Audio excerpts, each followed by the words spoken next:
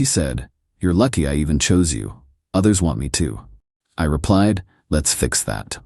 Then I handed her packed bags and a taxi receipt. Hours later, she was frantically calling me from her ex's doorstep after he refused to let her in. I, 34 male, build architectural models. It's a quiet, precise job, and my apartment, which I own, is both my workshop and my sanctuary. It's a space of ordered calm, centered around my greatest achievement, an intricate, call a competition-winning model of a futuristic library that took me a year to build. It is my masterpiece. For 2 years, this space was shared with Cassandra, 31. She works in PR, and her life is a performance for an audience of admirers. I was drawn to her energy, but I soon realized her charisma was a gravitational force that required constant validation to sustain itself, primarily from men. She kept her ex, Caleb, on a low simmer, a dear friend, who was clearly her backup plan. Her social life was a constant exercise in collecting male attention, a way to remind me that she had options and that I was lucky. The end came last Friday. I had just won a prestigious award for my library model. It was the biggest moment of my career, and I was excited to share it with her. She, however, was not happy for me. She was sullen, and when I asked what was wrong, she accused me of ignoring her. "It's just, you've been so wrapped up in this little model thing all day," she said dismissively. "My pitch meeting was with a CEO. That's the real world. I just wish you could see the difference in scale." The condescension was breathtaking. She was devaluing my entire career. "This little model thing is my passion, Cassandra," I said, my voice quiet. "It's what pays for this apartment you live in." That was the wrong thing to say. "Oh, here we go," she snapped, standing up. "You're throwing the apartment at my face? I sacrificed so much to be with you, Julian. I chose this quiet life when I have so many other opportunities. My phone is full of messages from men who would treat me like a queen. Men with real ambition. You are so lucky I even chose you. Others want me too." She stood there expecting me to grovel. But something inside me went still. The constant noise of her drama just faded, and in its place was a profound, cold clarity. I saw the relationship for what it was, and I was done being her audience. A calm smile touched my lips. "Let's fix that," I said. The confusion on her face was immediate. "What?" "The problem," I explained gently. "The problem is you're stuck here with me when you have better options. It's not fair to you. We should fix that, right now." Before she could process it, I walked into the bedroom. She had been getting ready for a night out with friends, and her suitcase was still on the floor. I opened it and began to pack her things. I started with her clothes, then her shoes, then the mountain of cosmetics in the bathroom. I didn't throw anything. I packed with a calm, detached precision. This wasn't anger. It was a logistical exercise. "Julian, what are you doing? Stop it, this isn't funny," she sputtered, following me. I ignored her, pulling out my phone. I booked a taxi to her ex-boyfriend Caleb's address, paying in advance and tipping generously. The receipt was emailed to me instantly. I finished packing her life into 2 suitcases and 2 duffel bags and placed them by the front door. I turned to her. She was just staring, her fury mixed with genuine shock. "You're all packed," I said softly. I showed her the taxi receipt on my phone. "Your ride is waiting. I've sent you to Caleb's. It's time for you to explore one of your other options." Her jaw worked, but no sound came out. "You said I was lucky you chose me," I continued. "But luck runs out. Now you're free. You can be with someone who appreciates you on the proper scale." I opened the front door and moved her bags into the hallway. "Goodbye, Cassandra." I closed the door on her enraged face and slid the deadbolt home. The silence in my apartment was absolute. I didn't feel sad. I felt clean. 2 hours later, my phone rang. It was her. I answered on the 4th call and put it on speaker. "Julian, you have to call him," she shrieked over the sound of traffic. "Call who?" I asked. "Caleb. He won't let me in. His lights are on, but he's not answering. You sent me here, you have to fix this." Then I heard a man's muffled voice from her background, yelling through a closed door. "Go away, Cass. I told you we were done. I'm not your backup plan. It's over." Cassandra's voice came back, choked with a sob of pure rage. "Did you hear that? This is your fault. You ruined my life." I listened for a moment to the sound of her entitlement crashing against the wall of reality. Her primary backup plan had failed. She was alone on a doorstep with her entire life in 4 bags. "Sounds like a personal problem," I said, and hung up. Update 1. The silence after that phone call was golden, but I knew it was only a temporary ceasefire. Cassandra's frantic, hysterical calls continued for another hour before devolving into a series of venomous texts that swung wildly from threats of police action to pleas for me to take her back. I ignored them all. The next morning, my first call was to a locksmith. As he was changing the locks, her counterattack began. It came in the form of a wall of text from her best friend, Qley, accusing me of being a sociopathic monster for throwing Cass out on the street. I learned Cassandra had ended up waking her other male admirer, Marcus, at 4 a.m. to take her in. I sent Qley a single, factual reply stating that Cassandra had ended the relationship and I had simply facilitated her departure. Then I blocked her number. Cassandra had activated her second-tier backup plan. Marcus, a wealthy but weak-willed guy who had been orbiting her for years. I could picture her setting up camp in his spare room, spinning her tale of woe while he fetched her coffee, thinking this was his chance. A day later, an email from Cassandra arrived. She was officially requesting a time to retrieve essential work documents. I agreed to Saturday at noon, specifying she would have 15 minutes and would not come past the entryway. At noon on the dot, she arrived with Marcus in tow, her emotional support human shield. She had clearly been practicing her crying face. "Julian," she said softly, trying to edge her way past me. "Can we just talk?" "There's nothing to talk about," I said, blocking the doorway. "I have a box for you." I had packed a small box with the few files and chargers she'd left behind. As she reached for it, her eyes darted around the apartment. Her gaze landed on my work table, where a few small, simple models were displayed.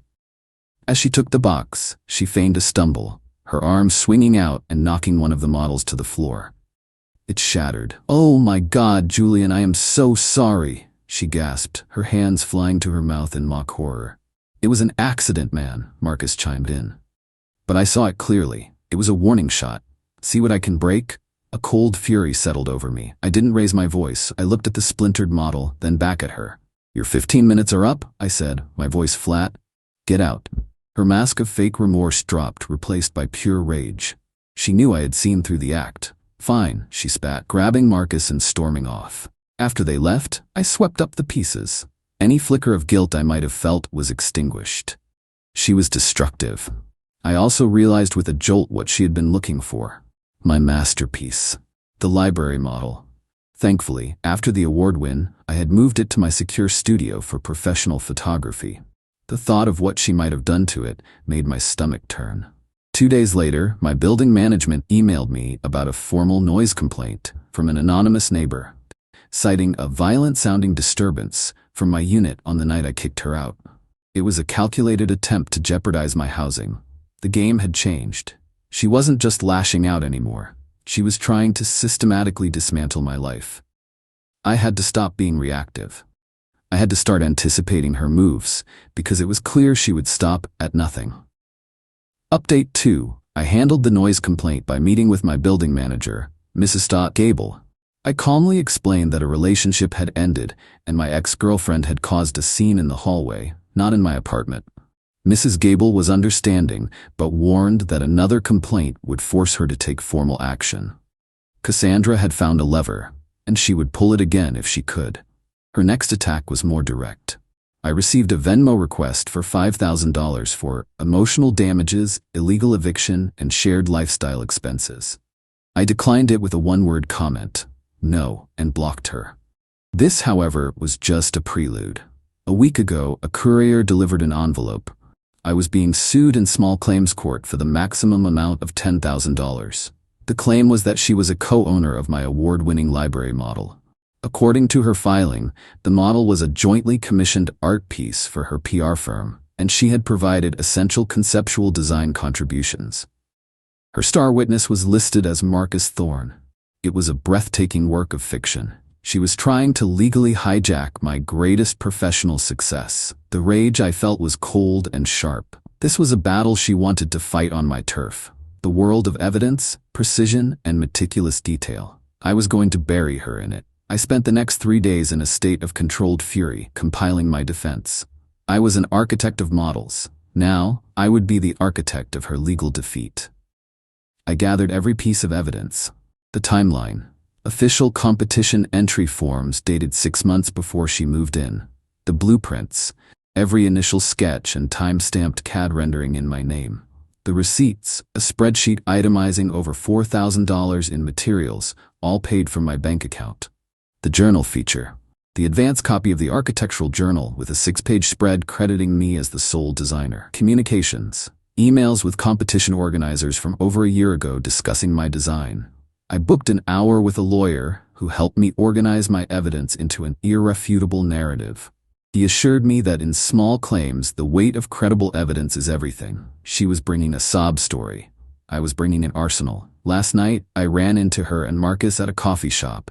She was radiant, confident, and approached me with a smug smile. "Julian," she said, her voice dripping with fake pity. "This doesn't have to be so ugly. My lawyer says my case is airtight. A lie, as lawyers aren't typical in small claims. Just wire me $5,000.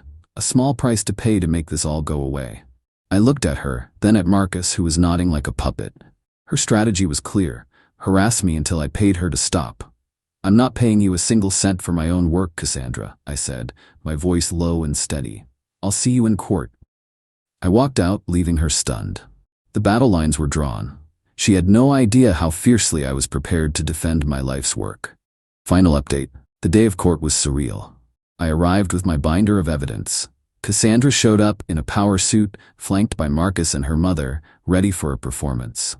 And perform she did. She spun a dramatic tale of a collaborative partnership, with her as the visionary muse and me as the simple craftsman.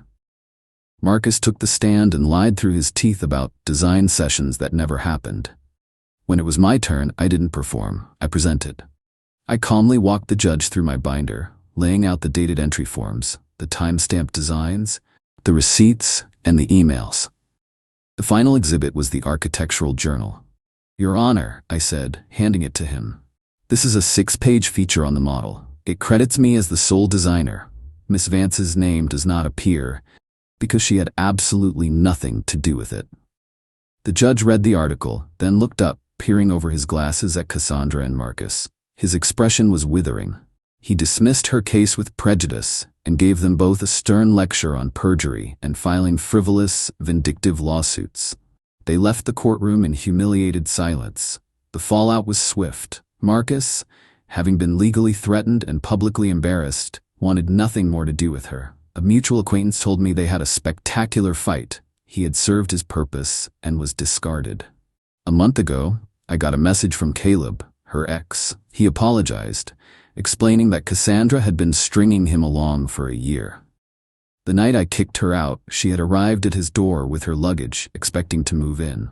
It was the last straw for him, and he'd cut her off completely. His message was a final, validating piece of closure. But the most karmic consequence, the true chef's kiss of justice, came from a place I never expected. 2 months after the court case, I was contacted by the architectural firm that had sponsored the competition. They were so impressed with my library model that they wanted to commission me to build the main presentation model for a new luxury hotel they were developing. It was a career-defining project. During a meeting, a senior partner, Eleanor, was looking over my portfolio. "It's funny," she said. "We recently had a PR firm pitch us for this hotel's launch campaign, a very aggressive young woman named Cassandra Vance." My blood ran cold. Eleanor continued, shaking her head. Her pitch was strange.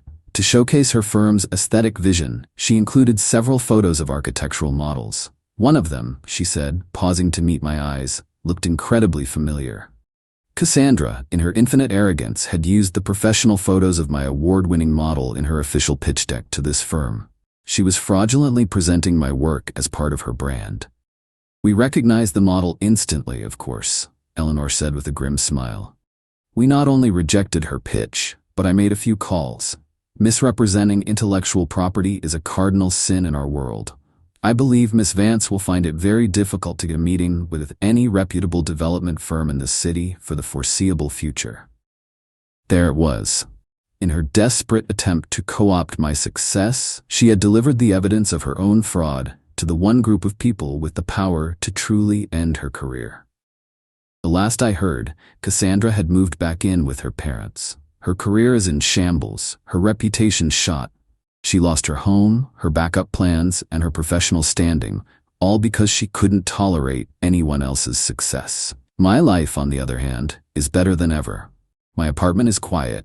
The new commission is the most rewarding work I've ever done. I didn't have to destroy her life. I just stood my ground and protected my own. She said I was lucky she chose me. I simply replied, "Let's fix that." I opened the door and let her go, and she walked straight into a world of consequences she alone had built.